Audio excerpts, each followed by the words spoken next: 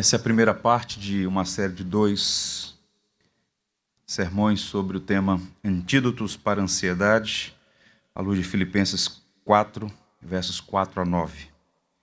Diz assim a palavra de Deus: Alegrai-vos sempre no Senhor, outra vez digo, alegrai-vos. Seja a vossa moderação conhecida de todos os homens, perto está o Senhor. Não andeis ansiosos de coisa alguma, em tudo, porém, sejam conhecidas diante de Deus as vossas petições, pela oração e pela súplica, com ações de graças.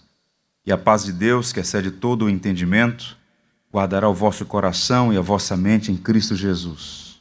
Finalmente, irmãos, tudo que é verdadeiro, tudo que é respeitável, tudo que é justo, tudo que é puro, tudo que é amável, tudo que é de boa fama, se alguma virtude há e se algum louvor existe, seja isso que ocupe o vosso pensamento. O que também aprendestes e recebestes, e ouvistes e vistes em mim, isso praticai, e o Deus da paz será convosco. Ó Senhor, que a tua graça seja abundantemente derramada sobre nós, pois nós precisamos da tua palavra. Que ela venha ao nosso encontro e cumpra os seus propósitos.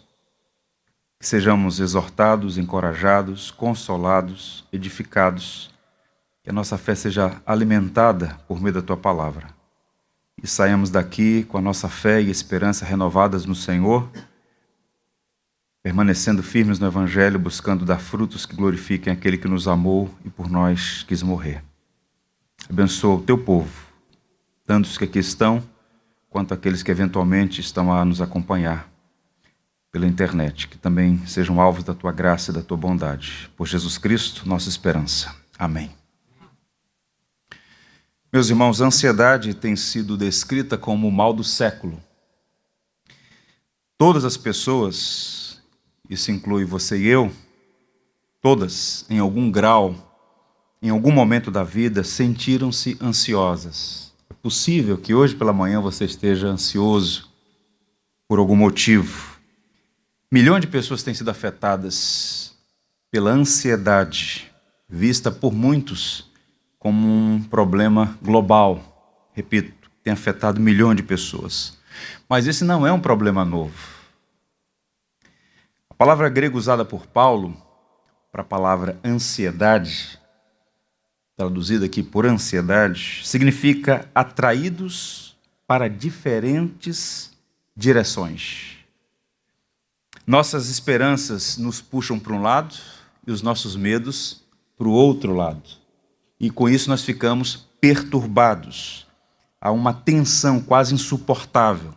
E a sensação é, por vezes, de asfixia, de estrangulamento. Essa é a ideia de tribulação, aperto, ansiedade, asfixia, algo insuportável. A pessoa se sente tão pressionada, é como se ela estivesse sendo apertada, literalmente, estrangulada. Isso é tão intenso que algumas vezes vem acompanhado de sintomas físicos. Dor de cabeça, no pescoço, nas costas, nas úlceras. E a preocupação, ela afeta o raciocínio, a pessoa fica limitada do ponto de vista cognitivo, isso pode acontecer, afeta a digestão e até mesmo, em alguns casos, a coordenação motora. A ansiedade, portanto, está associada a angústias na alma que afetam o corpo. Do ponto de vista espiritual, a ansiedade ela é constituída de pensamentos, mente, e sentimentos, coração, incorretos, pensamentos e emoções incorretos acerca de circunstâncias, pessoas e coisas. E é interessante porque Paulo, que de fato foi o grande teólogo do cristianismo, como bom pastor, ele identificou nos cristãos em Filipos problemas que precisavam ser corrigidos pastoralmente. E esta carta tão preciosa, a carta de Paulo aos Filipenses, entre tantos assuntos preciosos, Paulo toca nesse tema da ansiedade, que é um problema gigantesco no nosso tempo, mas que à época já perturbava também as pessoas. E os cristãos em Filipos estavam sob tensão, e muitos deles vivendo ansiosos. Ser cristão não é sofrer, ou receber, melhor dizendo, uma espécie de imunizante para as dificuldades. Eles eram pessoas como eu e você, pessoas normais, sujeitas a viverem ansiosas, e estavam em alguma medida ansiosas. E Paulo, percebendo isso, escreve exortando-os a pensar, refletir sobre aquilo que nós podemos chamar de diretrizes práticas para vencer a ansiedade, ou antídotos para a ansiedade. De um lado, aqueles crentes eram perseguidos, era um problema externo, por oponentes hostis. É preciso lembrar que naquele momento a fé cristã é marginal, ela está à margem da sociedade, era um grupo minoritário na cidade de Filipos, uma colônia romana na Macedônia, e eles estavam sofrendo oposição pelo simples fato de professar sua fé em Jesus Cristo.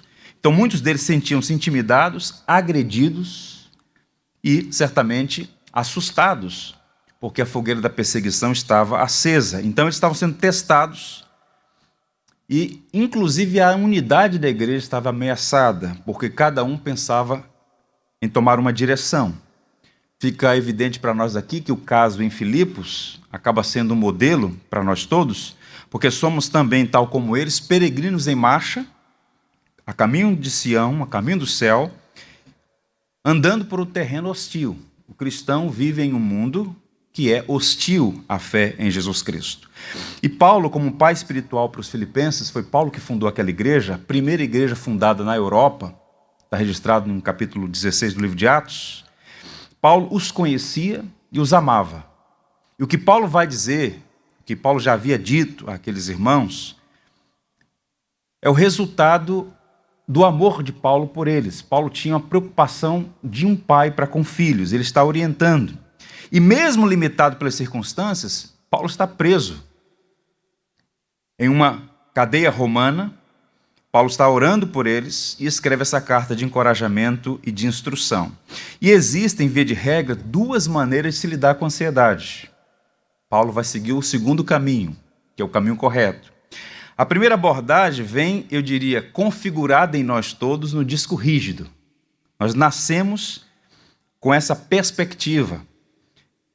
Outro pode vir de uma mudança no coração a partir do encontro com Jesus Cristo, a partir do encontro com o Evangelho.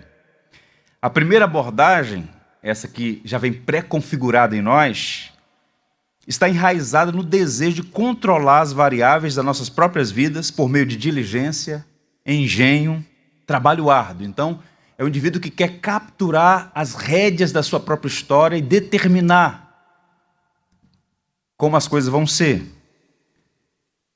Muita gente tenta lidar com os problemas da vida assim, como se fossem gerentes, donos, querem ter o controle. Isso, na verdade, aumenta ainda mais a ansiedade, porque, no fundo, você sabe que a gerência da nossa vida é uma grande ilusão. Temos alguma liberdade, mas, na verdade, somos todos muito limitados.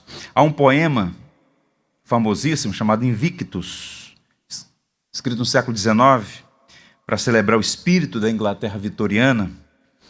O poema é de um homem chamado William Harris. E ele resumiu tudo numa única frase, muito celebrada, infelizmente. Eu sou o senhor de meu destino e o capitão da minha alma. Tem muita gente que vive com essa filosofia. Eu sou o senhor do meu destino e capitão da minha alma. E esse poema, muito celebrado na Inglaterra, os ingleses ficaram eufóricos no início da era industrial, com o advento do Império Britânico, porque esse poema expõe o quê?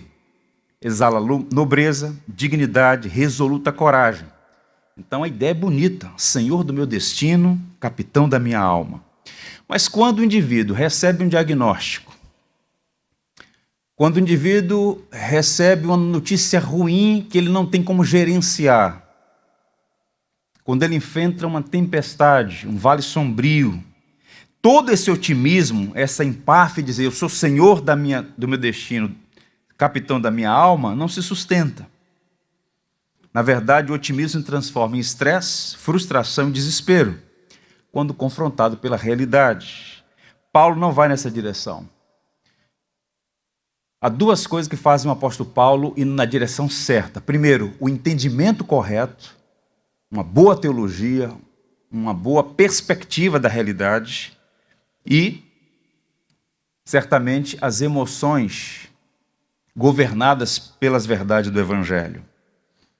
Paulo apresenta aqui para nós um antídoto muito mais forte para a ansiedade do que as promessas dos políticos. O entretenimento vazio, oferecido para driblar o tédio, ou os calmantes superficiais através das técnicas, por exemplo, de meditação transcendental. Qual é o ponto aqui?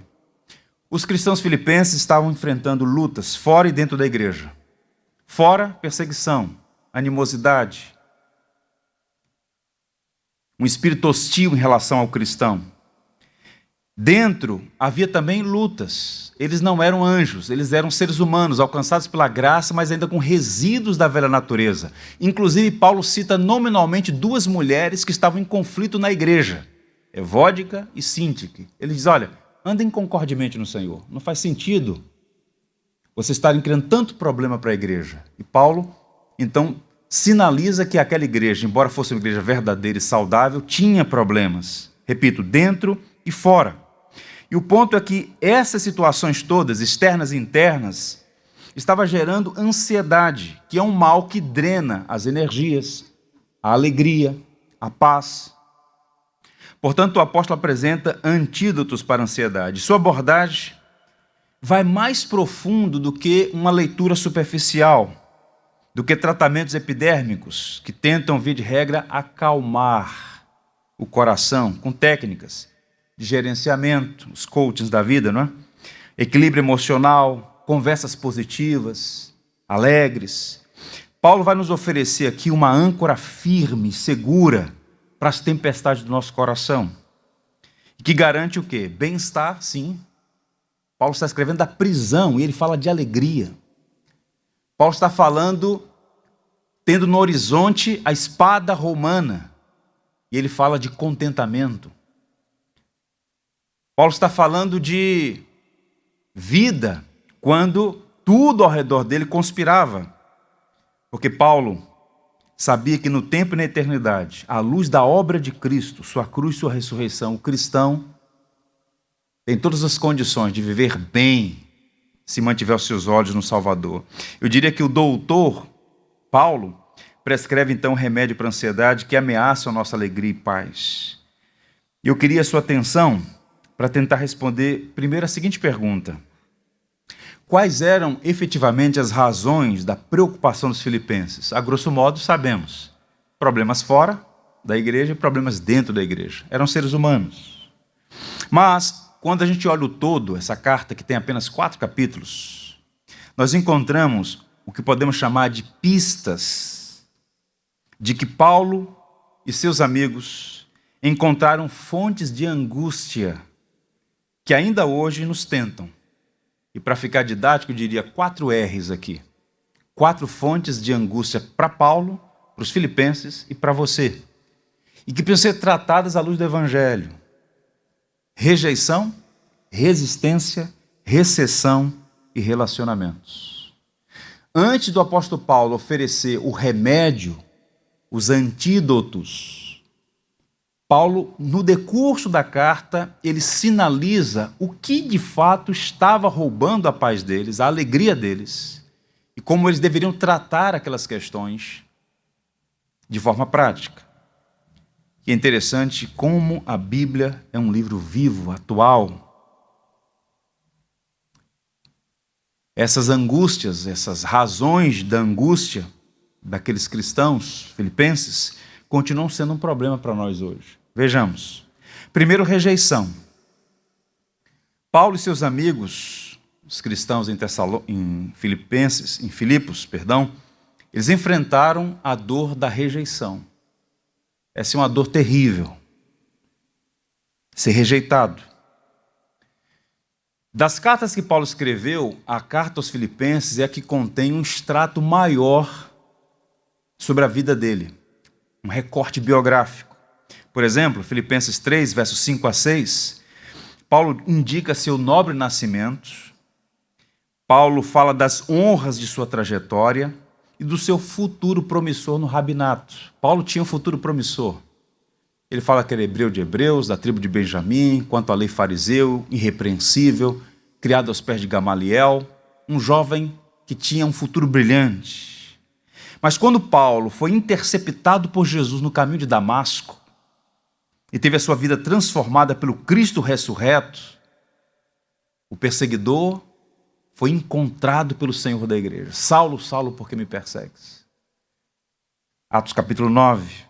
E a partir desse dia memorável e irrepetível, tão singular e especial para Paulo, ele passou a considerar todas as coisas como perda, porque ele havia conquistado ou alcançado com algo maior, por algo maior. Ele perdeu sua posição na comunidade judaica, o prestígio dele se tornou desprezo, foi dado lugar aí ao desprezo. Ele foi acusado de liderar pessoas que violavam a lei de Moisés. A fé cristã, nesse momento, para o judeu, é vista como uma seita perigosa, blasfema, insidiosa contra a ortodoxia do judaísmo. E Paulo, então, encontrou rejeição por parte das pessoas cujas opiniões tanto ele valorizava. Paulo experimentou a rejeição. Tem dor maior do que essa? Você ser desprezado, caluniado, difamado, olhado de cima para baixo. Paulo foi visto assim pelos da sua raça, pelo seu povo, a quem ele tanto amava. De igual modo, os crentes em Filipos enfrentaram rejeição social semelhante. Seus primeiros plantadores de igreja, da igreja ali, foram acusados de perturbar a ordem cívica, de defender práticas anti-romanas, acusações graves para uma cidade como Filipos. Por quê? Filipos era uma colônia uma colônia romana, muito prestigiada, porque os romanos concederam àquela cidade certa autonomia, eram os magistrados, os politarcas que governavam a cidade, então eles tinham certa liberdade. Havia um contingente expressivo de militares da reserva. Era uma cidade tranquila, uma cidade em que as pessoas se orgulhavam de viver. E, de repente, a plantação da fé cristã ali causou, no primeiro momento, um distúrbio social. E Paulo e seus companheiros foram acusados de promover um espírito de sedição na cidade, razão pela qual a igreja já nasce sob a bandeira da perseguição. E aqueles cristãos estavam enfrentando ostracismo social, envolvidos em conflitos, e isso teve várias implicações. Tanto é que quando Pedro escreve a sua primeira carta para os cristãos da Ásia, que é no mesmo contexto, Pedro fala sobre os crentes que estavam sofrendo o estigma social dos pagãos entre os quais residiam. Tente imaginar você, um cidadão que ama o seu país, vivendo como cidadão de segunda classe, marginalizado simplesmente por abraçar o evangelho. É como, por exemplo, os cristãos no Egito, os coptas, são cidadãos de segunda classe, nem concurso público podem fazer. Marginais pelo simples fato de abraçar o evangelho. Se a dor ou medo da rejeição por membros da família, colega de trabalho, antigos amigos, colocou você na defensiva, você precisa da prescrição de Paulo, tanto quanto os crentes de Filipos do primeiro século. E o que Paulo vai dizer a eles serve para nós também, que em alguma medida também sofremos algum grau de rejeição por conta da nossa fé em Jesus Cristo. E essa fogueira, a fogueira da perseguição, ela vai continuar cada vez mais intensa neste mundo no qual estamos inseridos. Segundo, um outro motivo de inquietação, de ansiedade para eles, a resistência. Quando Paulo e Silas trouxeram pela primeira vez a mensagem de Cristo a Filipos, eles foram apenas falsamente acusados, mas também espancados e presos. Não é apenas uma acusação de sedição, de espírito anti-romano, mas eles são literalmente presos, açoitados e colocados em cadeias. Os cristãos eram marginalizados, vistos como cidadãos de segunda classe, disse isso aos irmãos, e o clima de perseguição e suspeição era uma tentação aos crentes em Filipos à covardia, ao abandono da fé.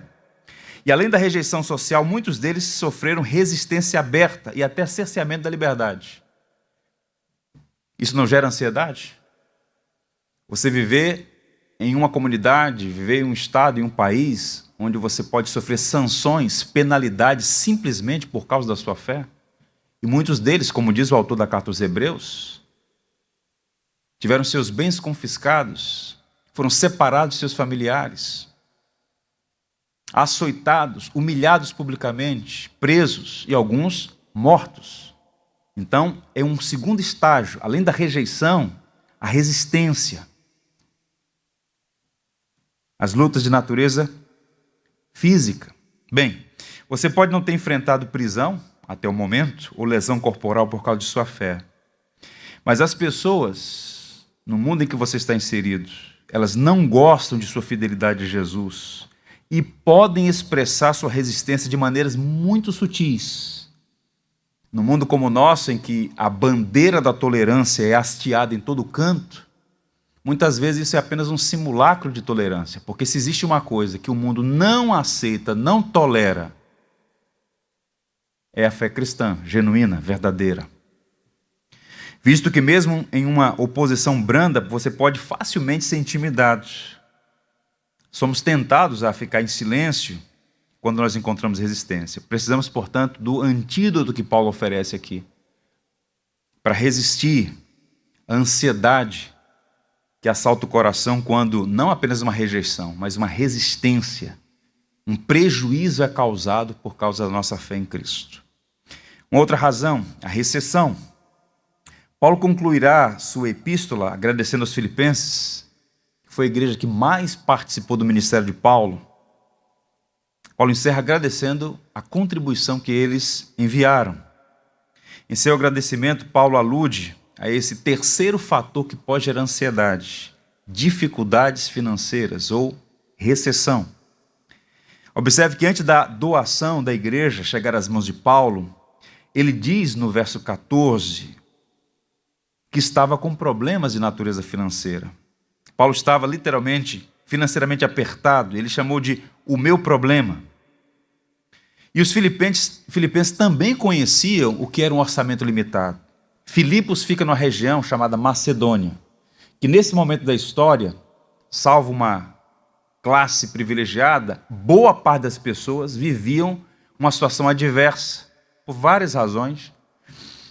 Isso fica evidente na carta de Paulo aos Coríntios, no capítulo 8, na segunda carta, quando Paulo fala que as igrejas da Macedônia, a despeito da pobreza deles, insistiram em contribuir para socorrer os pobres de Jerusalém. Portanto, aquela região era economicamente limitada. E Paulo sabia que essas limitações, e boa parte desses irmãos sofrendo limitações por causa da fé, inclusive confisco de bens, era um elemento gerador de ansiedade. Paulo fala da extrema pobreza deles. Nós sabemos que o dinheiro é um gerador de ansiedade. Tendo pouco ou tendo muito, o dinheiro é uma das causas que mais afetam as emoções das pessoas. Cristãos e não cristãos, pobres e ricos, preocupam-se sobre de onde virão os fundos para cobrir suas despesas mais elementares. E Paulo então escreve, compartilha sobre o segredo do contentamento. Ele fala de paradoxo do tipo, não tendo nada, mas enriquecendo a muitos. Eu aprendi o segredo de viver contente, eu aprendi a receber aplausos, mas também sofrer humilhações. Paulo fala de fartura e de escassez, porque Paulo, pela graça de Deus, chegou num estágio da sua jornada como cristão que essas coisas todas não mais afetavam, não mais perturbavam, porque ele tinha encontrado o antídoto para a sua ansiedade.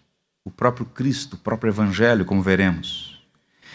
Pergunta: você se preocupa com as suas finanças? Isso é um motivo de ansiedade? Num país como o nosso, em que 14 milhões de brasileiros vivem com R$240 mensais.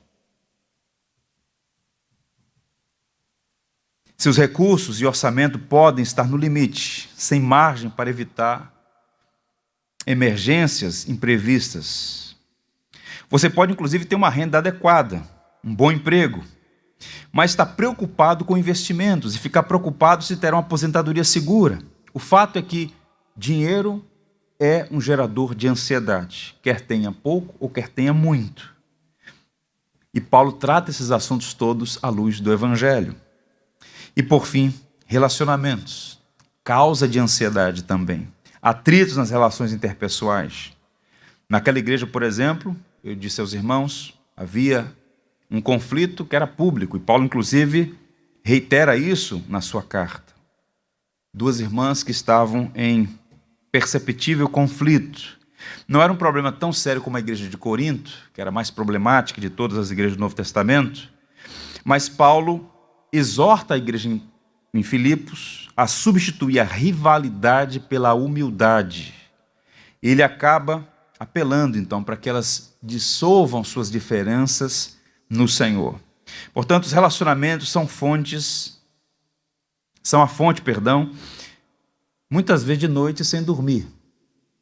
Há muita gente ansiosa por conta de um conflito. Marido e mulher, pais e filhos, no ambiente da família maior, no trabalho, quantos problemas no contexto, no ambiente do trabalho. Entre vizinhos, na ambiência da igreja. Seu medo de que seu próprio casamento está desmoronando.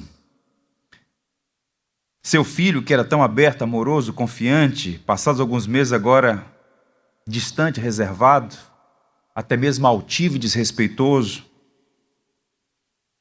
Dentro da própria comunidade de fé, mal entendidos, agendas conflitantes, membros que se ameaçam. Tudo isso pode perturbar a paz, pode roubar a alegria. Portanto, vejam, rejeição, resistência, recessão e relacionamentos. Os cristãos filipenses tinham motivos para preocupação. E o que é que Paulo faz como um pastor? Quais são os antídotos que ele apresenta? São vários nessa passagem. Eu queria destacar alguns deles hoje e na semana seguinte.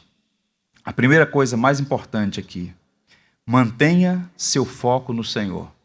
Se Paulo pudesse dar apenas um conselho aos cristãos filipenses, ele daria basicamente esse: mantenha seu foco no Senhor. No verso 4, se você observar aí na sua Bíblia, ele diz: alegrai-vos sempre no Senhor. Outra vez digo, alegrai-vos. É interessante porque no último capítulo da carta, ao abordar a questão da ansiedade e fazer essa lista de diretrizes práticas que envolvem alegria, esperança, oração, reflexão, conduta, de acordo com os padrões bíblicos, Paulo apresenta algo que fica aí subjacente, que une tudo isso: manter o foco centrado no Senhor. E o motivo que permeia cada movimento dessas instruções todas e une tudo é a presença de Deus. A vida que vem a partir desse relacionamento pessoal com o Senhor. Isso é tão intenso, tão forte, que nesse parágrafo que nós acabamos de ler, ele menciona o Deus que nos amou e nos resgatou por meio de Jesus Cristo algumas vezes. Verso 4, alegrem-se sempre no Senhor. No verso 5, o Senhor está perto. Verso 6, que seu pedido seja conhecido diante de Deus. Verso 7, a paz de Deus que excede todo entendimento. Verso 9, e o Deus da paz. Portanto, esse parágrafo todo ele está fundamentado em Deus. O melhor e mais adequado, mais eficaz antídoto para a ansiedade é focar em Deus, na pessoa de Deus, quem Ele é e o que Ele tem feito em nosso favor. Paulo vai oferecer diretrizes práticas para encontrar equilíbrio emocional na diversidade, sabedoria para responder àqueles que nos rejeitam ou nos ameaçam, como fazer orações ao Pai. Ele fala de oração, súplica, com ações de graças, falaremos sobre isso. Ele fala da necessidade de cultivar hábitos no coração centrados em Cristo. Guarde o coração, encharque a sua mente daquilo que é puro, que é santo, que é bom, que é amável. Se algum louvor há, se alguma virtude existe, seja isso o que ocupe o vosso pensamento. Ele fala: o que vocês viram em mim, aprenderam de mim, praticai, e o Deus da paz será com vocês. Em outras palavras, há um padrão de comportamento bíblico à luz do Evangelho que o cristão precisa imitar. Ao mesmo tempo, através de diferentes variações, Paulo continua tocando uma única música. O antídoto para a ansiedade é ter o Deus vivo profundamente envolvido em sua vida. E à medida que a gente lê essa carta, e eu faço aqui um encorajamento, leiam, meditem, pensem nas verdades desta carta lírica do Novo Testamento. Paulo está lembrando a nós todos do Deus da graça, porque ele sabe que nossa ansiedade não é o produto de fracas estratégicas de enfrentamento. Você não é ansioso porque não tem habilidades. Você não está sendo consumido pela ansiedade porque não conhece uma boa técnica. Ansiedade, meus irmãos, via de regra, usando as próprias palavras de nosso Senhor Jesus Cristo no Sermão da Montanha, é um sintoma de confiança perdida. A ansiedade mostra que o coração foi ameaçado e o medo de perder o que é valioso provoca a desesperadora tentativa de agarrar-se a algo que nos dê segurança. Jesus não censurou no sentido de desprezar pessoas ansiosas, mas como um pastor, e Paulo segue os passos de Cristo, ele diz: não andeis ansiosos, porque ele sabia que nós todos somos sujeitos a viver assim, a sermos tomados por isso. Esse algo que não podemos suportar, perder, por vezes se apresenta como a base do nosso coração, centro de gravidade. Que coisas são essas? Coisas boas, dádivas de Deus, amor, família, conhecimento, sucesso. Coisas que não podem durar até o pensamento e a finura, porque são criaturas finitas, essas coisas todas. Há um texto, um artigo que eu li alguns anos atrás, do Tim Keller, ele mostrando essa sutil fraqueza que está presente em nós. Ele disse assim: qualquer coisa que se torne mais importante e inegociável para nós do que Deus, torna-se um ídolo escravizador. Neste paradigma, podemos localizar ídolos olhando para nossas emoções mais inflexíveis, o que nos deixa incontrolavelmente zangados, ansiosos e desanimados. Os ídolos nos controlam, pois sentimos que devemos tê-los ou a vida não tem sentido. Então, sentir-se rejeitado, sentir-se ameaçado, sentir que as finanças não estão sob controle, sentir que os relacionamentos estão fragmentando-se, essas coisas todas acabam revelando aí uma tensão, uma preocupação. Por outro lado, aqueles que confiam em Cristo podem enfrentar todas as ameaças e feridas que este mundo distorcido pode infligir. Tribulação, angústia, perseguição, fome, nudez, perigo ou espada, como ainda há pouco nós lemos. O que Paulo fala aqui não é um ensaio teológico sobre um assunto periférico. Paulo está falando sobre algo muito importante. Mantenha o seu foco em Deus, centrada a sua vida em Deus. Pode parecer estranho dizer isso a um grupo de cristãos, mas percebam o que ele diz aos Colossenses: habite ricamente em vós a palavra de Cristo. Como é que um pastor se dirige a um crente e diz: habite ricamente em você a palavra de Cristo? Cristo não habita em nós? Sim, habita.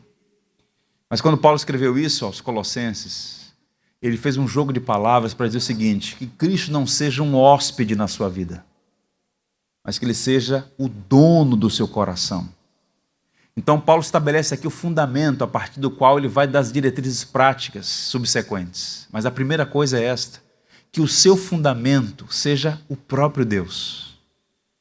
Porque rejeição, ameaça, pouco ou muito recurso, relacionamentos conflituosos, essas coisas todas fazem parte de um mundo caído, de um mundo em que o pecado é uma realidade. O que faz, portanto, a diferença é esse foco em Deus, em quem Ele é e no que Ele tem feito. Quando nós lemos essa passagem de Romanos, por exemplo, não apenas de forma isolada, mas olhando todo do capítulo 8, Quem nos separará do amor de Cristo? Quem pode separá-lo do amor de Cristo? Será a tribulação, a angústia, a perseguição, a fome, a nudez, o perigo ou a espada? Como está escrito, por amor de ti somos entregues à morte o dia todo. Fomos considerados como ovelhas para o matadouro. Em todas essas coisas, porém, somos mais que vencedores por meio daquele que nos amou. Porque eu estou bem certo de que nem a morte, nem a vida, nem os anjos, nem os principados, nem as coisas do presente, nem do porvir, nem os poderes, nem a altura, nem a profundidade, nem qualquer outra criatura poderá separar-nos do amor de Deus que está em Cristo Jesus, nosso Senhor. Quem está dizendo isso, quem escreveu essas palavras sob iluminação do Espírito, é alguém experimentado em dores. Há muita especulação sobre a vida de Paulo antes da conversão. Há um autor chamado John Pollock, uma obra clássica, A Mente de Paulo, uma investigação interessante sobre o passado de Paulo. Certamente foi um homem que sofreu muito por causa do Evangelho, foi rejeitado. Paulo sofreu lesões corporais, a ponto de dizer, eu trago no meu corpo as marcas de Cristo. É alguém que tinha tudo para viver numa condição muito confortável. E por vezes tinha que se esforçar demasiadamente para ter o pão do dia. E é alguém que enfrentou vários conflitos dentro e fora da igreja. Mas o que é que o mantinha em paz? O que é que o mantinha sereno? O que é que dava a ele alegria? Esperança, o próprio Deus. Relacionamento. Dennis Johnson, um comentarista bíblico, disse assim, mantenha sua fé centrada no Senhor. Ouçam, irmãos, mantenha sua fé centrada no Senhor. Valorize Jesus e sua graça como alicerce de sua vida e transmita alegria e gentileza. Isso o habilitará a combater as preocupações, orando com gratidão, ponderando o caráter de Cristo e praticando o padrão de conduta moldado pelo Evangelho. Primeira coisa, o foco centrado em Deus. E mais, alegre-se no Senhor. Ainda no verso 4, por 2 vezes ele diz isso. O verbo alegrar-se no imperativo, alegrai-vos sempre no Senhor. Outra vez digo, alegrai-vos. E esse é um tema interessante, a alegria, porque essa é uma marca distintiva dos filhos de Deus. É um fruto ou um aspecto do fruto do Espírito em nós. Espera-se que os discípulos de Cristo tenham uma alegria, que exibam esse fruto em suas vidas. Nós somos encorajados a viver uma vida alegre, pois temos motivos para nos alegrar. Agora, precisamos corrigir as coisas, colocar aí os pingos nos is. Primeiro, a alegria não é adrenalina, não é euforia. É por conta de não entender isso que algumas comunidades fazem juízos inadequados das igrejas históricas, como se num culto como esse, por exemplo, não tivesse alegria. Eles estão confundindo alegria com adrenalina, com euforia. São 2 coisas distintas. Alguém pode estar emocionalmente eufórico e não ter alegria. Alguém pode estar em profundo silêncio, mas com a alma com efusiva alegria. Viver alegre não significa estar imune a tristezas. Servos de Deus estão sujeitos a experimentar tristezas. Cristo experimentou tristezas. A minha alma está triste até a morte, disse Jesus no Getsemane. Paulo mesmo, em sua experiência cristã, deu muitas provas de ter alegria e contentamento e, ao mesmo tempo, passou por tristezas agudas. Entristecidos, mas sempre alegres, disse ele. Entristecer-se quando há motivos para a tristeza é sinal de sensatez. Nesse caso, lágrimas podem testemunhar nossa saúde emocional. Nós somos cristãos, não somos estoicos. Se você está triste, chore. Se você está triste, lamente. Use os salmos para fazer isso adequadamente. A alegria cristã, meus irmãos, é um gozo espiritual que nos leva a celebrar a vida como um dom de Deus. A alegria é um santo regozijo que nasce da satisfação em Deus, graças à obra de Cristo, aplicada a nós pelo poder do Espírito. Paulo diz que o reino de Deus não é comida e bebida, mas justiça, alegria e paz. E o nosso mundo é carente de alegria. Nossa cultura é extremamente carente de alegria. E é por conta disso que nós vemos tantos simulacros de alegria. A indústria que mais cresce no mundo é a indústria altamente rentável. Há engenheiros por trás disso aí. Como fazer para combater o tédio de uma humanidade carente de alegria? Então a indústria do entretenimento, ela cresce para atender uma demanda. O mundo não tem alegria. Sobram simulacros, mas falta a verdadeira alegria, que é um tesouro precioso e raro.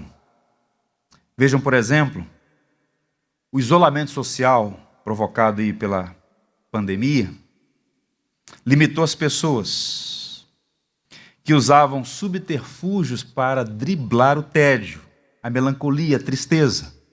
Então, às vezes isoladas, até por força estatal, elas se viram agora num desespero existencial, porque a tristeza ficou ainda mais evidente. Não tinha mais como acessar alguns simulacros de alegria. E aí o resultado foi tristeza, ansiedade, desespero e pânico. O mundo não tem alegria por uma razão fundamental. Não tem alegria porque não tem esperança. Se por um lado a alegria é um antídoto para a ansiedade, só é possível ter alegria quando há esperança. O combustível da alegria é a esperança. Romanos 12, verso 12, Paulo diz: alegrai-vos na esperança. A alegria cristã nasce da esperança. Você só pode ter alegria verdadeira se tiver esperança em seu coração. Os crentes devem se alegrar devido à esperança que os espera. A alegria evapora quando a esperança desaparece. Então, se toda a nossa esperança se limita apenas a esta vida, se a sua esperança depende do aplauso do outro, depende do sorriso do outro, depende da sua condição financeira, depende de relacionamentos estáveis, você está com um problema nas mãos. Porque nessa peregrinação você não tem como ter gerência dessas coisas, porque não depende de você. Existem os ladrões da alegria. Pessoas, circunstâncias, coisas, que chegam e assaltam. Portanto, para o apóstolo Paulo, para a teologia do Novo Testamento, a esperança tem nome. Cristo Jesus, nossa esperança. 1 Timóteo 1, verso 1. Cristo é a nossa esperança. E essa esperança é colocada no Evangelho, baseada na promessa do autor da nossa salvação. E a pergunta passa a ser: como é que essa alegria pode nos ajudar a enfrentar a ansiedade? O Deus que se fez carne e habitou entre nós, morreu a nossa morte, foi sepultado, ao terceiro dia ressurgiu vitorioso, foi assunto aos céus. Cristo reina, Ele voltará triunfante em glória. Até lá, sua graça nos sustentará. É por isso que Paulo dizia: viver é Cristo, morrer é lucro. Porque Cristo é de fato a nossa esperança. Saber que Ele é o bom, perfeito e supremo pastor sempre ao lado do seu povo. Ele é quem prometeu estar conosco todos os dias, até a consumação dos séculos. Isso faz toda a diferença. Quando essa alegria, que é fruto da esperança, nos ajuda a combater, a enfrentar a ansiedade. Uma alegria, como Pedro disse, indizível e cheia de glória. Há uma história muito curiosa, vocês, pelo menos boa parte de vocês conhecem, relacionadas a um hino do cantor cristão. 22 de novembro de 1873, um navio saiu de Chicago em direção a Liverpool, na Inglaterra. O navio sofreu um naufrágio no Atlântico Norte, mais de 200 pessoas morreram, dentre as quais as filhas de Horatio Spafford, um empresário cristão muito dedicado à causa do Evangelho, patrocinador de várias campanhas evangelísticas dos dois lados do Atlântico. Ele não estava num navio, porque a cidade, há alguns dias atrás, a cidade de Chicago, sofreu um incêndio devastador e ele ficou para dar suporte à cidade. E a esposa sobrevivente enviou um telegrama: salva, porém só. E então pegou um navio e foi encontrar-se com a sua esposa na Inglaterra. E quando ele foi informado que era naquela altura do Atlântico Norte que aconteceu semanas atrás o acidente, ele compôs o único hino da sua vida, um hino que até hoje é cantado nas igrejas. A nossa tradução é: sou feliz com Jesus. De fato, somos felizes com Jesus. Mas a letra original, a teologia original, é ainda mais profunda, porque o texto: está tudo bem com a minha alma. Uma confusão muito comum é achar que ter alegria é ter sempre um sentimento positivo. Não, você pode estar bem com a sua alma, mas ao mesmo tempo está sendo assaltado por tristeza na jornada. E ele não estava feliz naquela viagem, derramando as lágrimas pelas suas filhas que pereceram. Mas o Evangelho de Jesus Cristo, quem Deus é, o que Ele prometeu, deu àquele homem graça o suficiente para dizer: está tudo bem com a minha alma.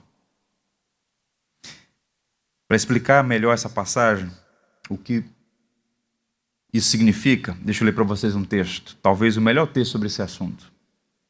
Alegrar-se na Bíblia é muito mais do que simplesmente estar feliz com algo. Paulo exortou os filipenses dizendo: alegrem-se sempre no Senhor. Mas isso não significa sentir-se sempre feliz, tendo em vista que ninguém pode exigir a alguém ter sempre uma emoção em particular. Alegrar-se é valorizar algo para avaliar sempre o seu valor para você, para refletir sobre sua beleza e importância, até que o seu coração descanse nele e saboreie o que é doce. Assim você será liberto da tentativa de ter controle sobre qualquer coisa que ache necessário. E assim irá experimentar paz e serenidade. Então, alegrar-se no Senhor, Paulo não está impondo sobre aqueles crentes em Filipos uma emoção. Não, Paulo está dizendo: coloque seus olhos no Evangelho, coloque seus olhos em Cristo. Experimente, como ele vai dizer mais à frente, a paz de Cristo que excede todo entendimento. Esse é um exercício que nós precisamos fazer, pela graça de Deus. Eu quero encerrar lendo o profeta, quando ele diz assim: e o profeta estava numa situação muito difícil, entristecido, sob circunstâncias extremamente adversas, a cidade de Jerusalém em chamas. Abacuque então diz assim: ainda que a figueira não floresça, nem haja fruto na vide, o produto da oliveira minta, e os campos não produzam mantimento, as ovelhas sejam arrebatadas do aprisco, nos currais não haja gado, todavia, eu me alegro no Senhor e exulto no Deus da minha salvação. Então, mesmo que as circunstâncias conspirem, a minha alegria está no Senhor. A minha esperança está no Senhor. Então, eu deixo aqui aos irmãos essa palavra de encorajamento. Mantenha o seu foco em Deus. E alegre-se no Senhor. Que assim seja. Semana que vem a gente continua. Vamos orar. Pai, nós te damos graças. Nós te louvamos. Porque a sua palavra é suficiente para vir ao nosso encontro e promover edificação. O Senhor sabe que muitas vezes nós nos encontramos ansiosos. Há dores, tribulações, lutas. O Senhor conhece a nossa vida. Nada está oculto diante de Ti. E nesse momento, possivelmente, há irmãos com o coração abatido por circunstâncias, por situações adversas, por relacionamentos conflituosos, por recursos limitados. Há tantos problemas que nos cercam. Ajuda-nos, Senhor, a receber essa palavra como um bálsamo para o nosso coração. Ajuda-nos a permanecer com os nossos olhos no Senhor, focados, centrados em Ti.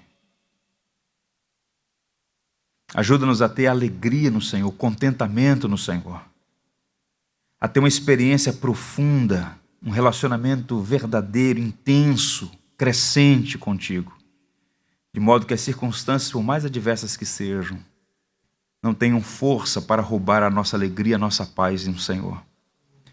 Abençoa os meus irmãos, todos eles aqui presentes, que a sua maravilhosa graça os sustente, os preserve no Evangelho, nos ajude todos os dias, a nós todos, Senhor, a encontrar no Evangelho o antídoto para a nossa ansiedade. É o que te pedimos em nome de Cristo, que prometeu estar conosco todos os dias. Amém. Amém. Quero convidá-los a ficarem em pé, nós vamos... Tudo que tens feito, por tudo que vais fazer, por tuas promessas e tudo que és, eu quero te agradecer com todo o meu ser. Te agradeço, meu Senhor. Te agradeço, meu Senhor. Te agradeço por me libertar e salvar, por ter morrido em meu lugar. Te agradeço, Jesus, te agradeço. Eu te agradeço, te agradeço por tudo que tens feito, por tudo que vais fazer, por tuas promessas e tudo que és. Eu quero te agradecer com todo o meu ser. E aí? Te agradeço, meu Senhor. Te agradeço,